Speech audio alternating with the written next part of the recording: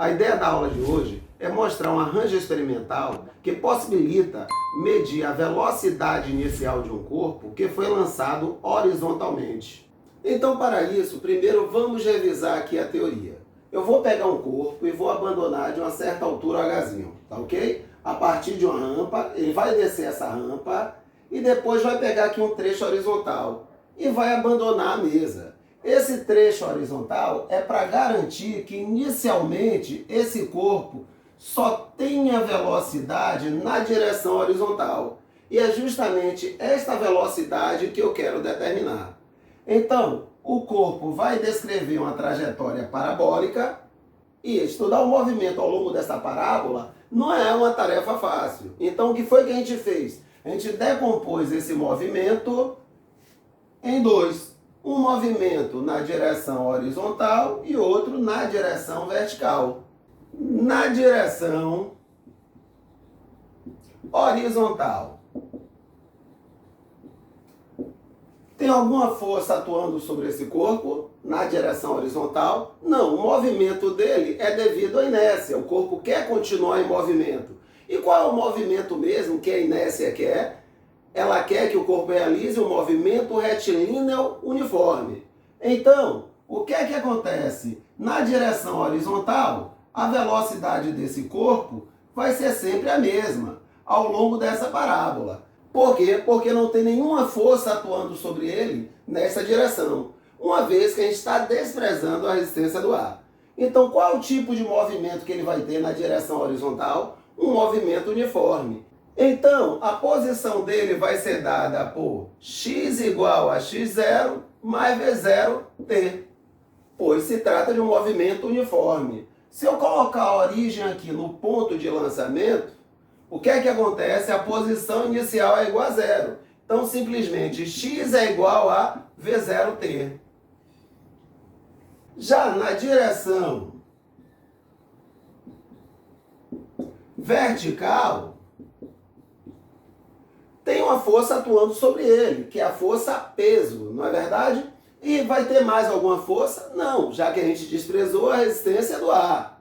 Tá ok? Então, o que é que acontece? Nessa direção, como a única força que atua sobre ele é a força peso, então a força resultante, quem é? O peso, que é a única força que está atuando sobre ele. Então, sendo assim, ó, massa vezes a aceleração é igual a mg. Segundo a lei de Newton, força resultante igual a massa vezes a aceleração.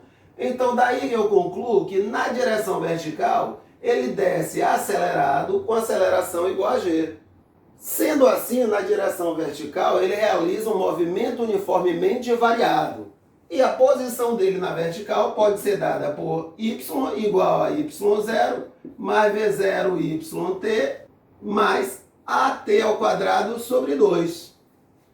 Como eu considerei a origem aqui no ponto de lançamento, a posição inicial na direção y é igual a zero. Como foi um lançamento horizontal, ele não tinha nenhuma velocidade inicial na direção y, então v0y é igual a zero. Como a aceleração é igual a g, então eu vou ficar com essa equação, que a gente identifica como a equação da queda livre. Ou seja, na vertical tudo acontece como se eu tivesse o quê? Uma queda livre. Agora, voltando ao nosso objetivo. Quem é que eu quero determinar? A velocidade inicial de lançamento. Então perceba, como é que eu vou calcular essa velocidade inicial de lançamento? Se eu conheço a altura, tá ok? De onde o corpo caiu, se eu conheço a altura,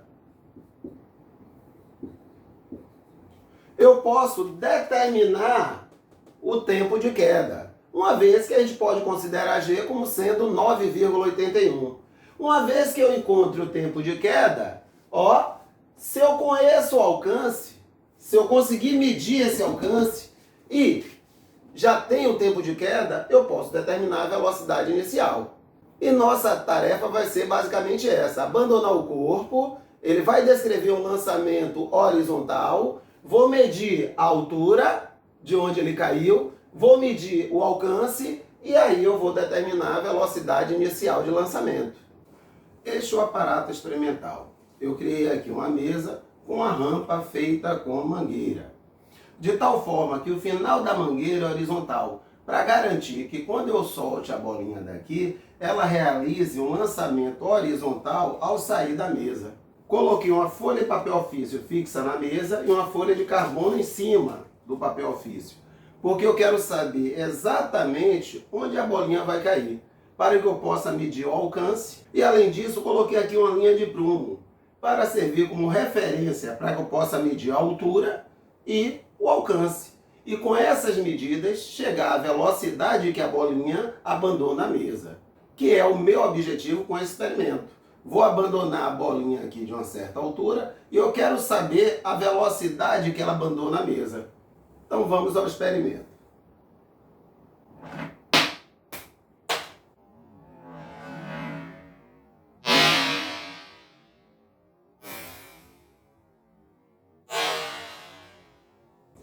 Agora eu sei exatamente onde a bolinha caiu, eu posso medir o alcance,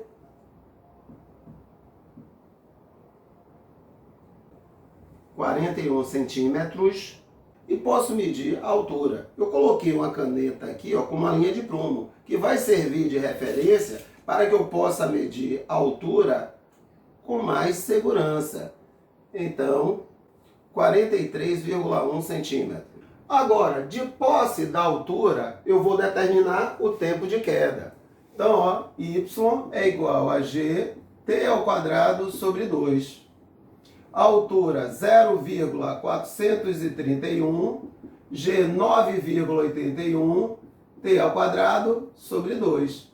Então, t vai ser mais ou menos a raiz quadrada de 2 vezes 0,431 dividido por 9,81, que vai dar aproximadamente 0,3 segundo.